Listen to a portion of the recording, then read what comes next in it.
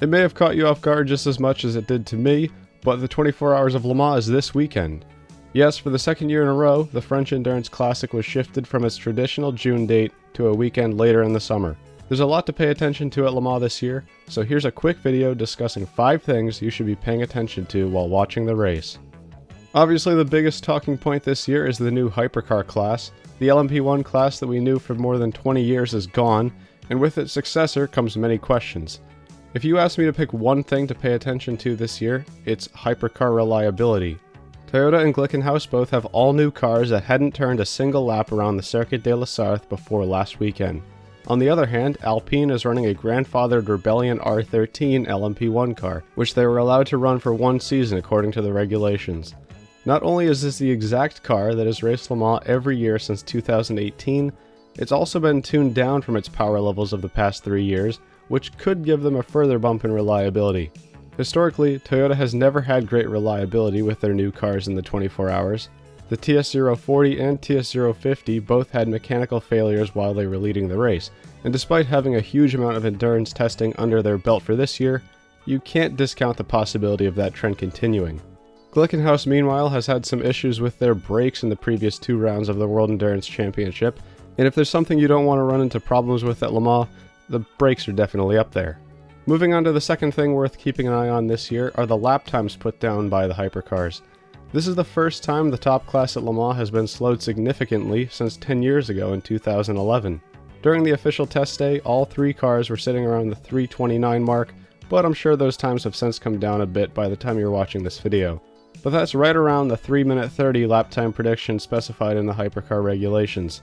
Consequently, the LMP2 class has been slowed down from their pace level of the last 4 years to around the 3:31 mark for the frontrunners. This is the closest that the LMP2 class has been to the top class on 1 lap pace in Le Mans history. Which, as you might expect, brings me on to my third point. Can an LMP2 car win overall? Well, if there's a year to do it, this would certainly be the one. With the Hypercars slower and potentially less reliable than the LMP1 cars of the last few years, as I alluded to before, it's far from impossible for an LMP2 car to find themselves in the overall lead. If you look back to 2017, Jackie Chan DC Racing was less than 2 hours away from one of the largest upsets of the 21st century, and they were up against much faster LMP1 hybrids.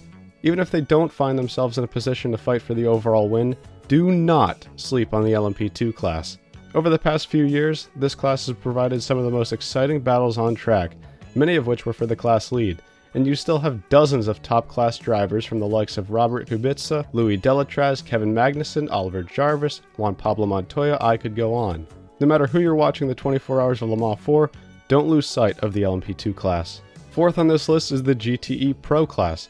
While it may be far from its entrant peak of 2018 and 2019, the class still has new notable entrants from the 2 privateer Porsches of Hub Auto and WeatherTech Racing, to the return of Corvette Racing and their debut of the C8R at Le Mans.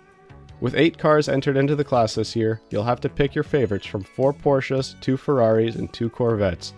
This could very well be one of the final years of the GTE Pro class, so take it in while it's still here. This is a category that will be missed, if or when it's gone. And finally, while you're watching the 24 Hours of Le Mans this year, think about what's in store for the future. This may only be the first year of the Hypercar class, but it and LMDH will be the way forward for the foreseeable future. And with a massive outpour of manufacturer interest and commitment for the coming years, are we truly entering another golden era of sports car racing at Le Mans? This and everything else are questions that will have 24 hours to be answered. That's all I have for this one. If you enjoyed and want more content like this in the future, consider liking the video and subscribing if you're new. Who's your pick to win the 89th edition of the 24 Hours of Le Mans? Let me know in the comments down below. You can come hang out with me this weekend on Twitter and on the channel Discord. Both are in the channel links and the description of the video. Until next time, take care, and I hope to see you in the next one.